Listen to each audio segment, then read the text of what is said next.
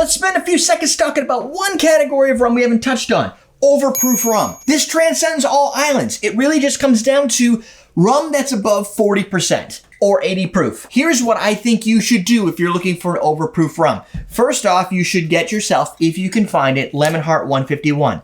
Only if you love or want to love tiki cocktails, because a lot of them call for Lemonhart 151. If you don't have Lemonhart 151, my closest that I've found thus far, just from a delicious factor, Plantation O.F.T.D. This is 69%, so it's not a 151. It's going to be lower, but it's got some inherent sweetness to it, that dark, rich flavor. It's fantastic. This is my new favorite product. I'm a little bit biased, and it stands for old-fashioned traditional dark. Hamilton 151. This is what I started to use as a substitution for Lemonhart 151, but they are not the same.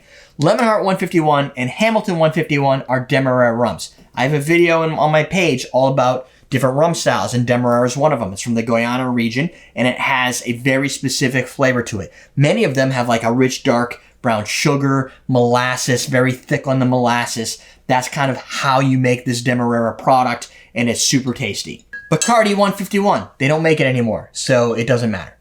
Don Q 151. This is the best substitution when it just calls for 151. You have a pure 151 recipe, use Don Q if you can get your hands on it. And last but not least, the killer product is Stroh 160. It's 80%. It's a lot.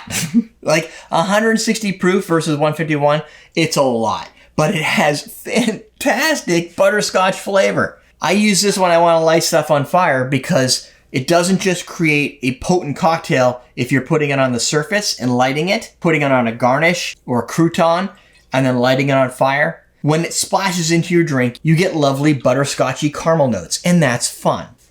So there you go. That's a little bit on overproof rums. Write below in the comments which one is your favorite.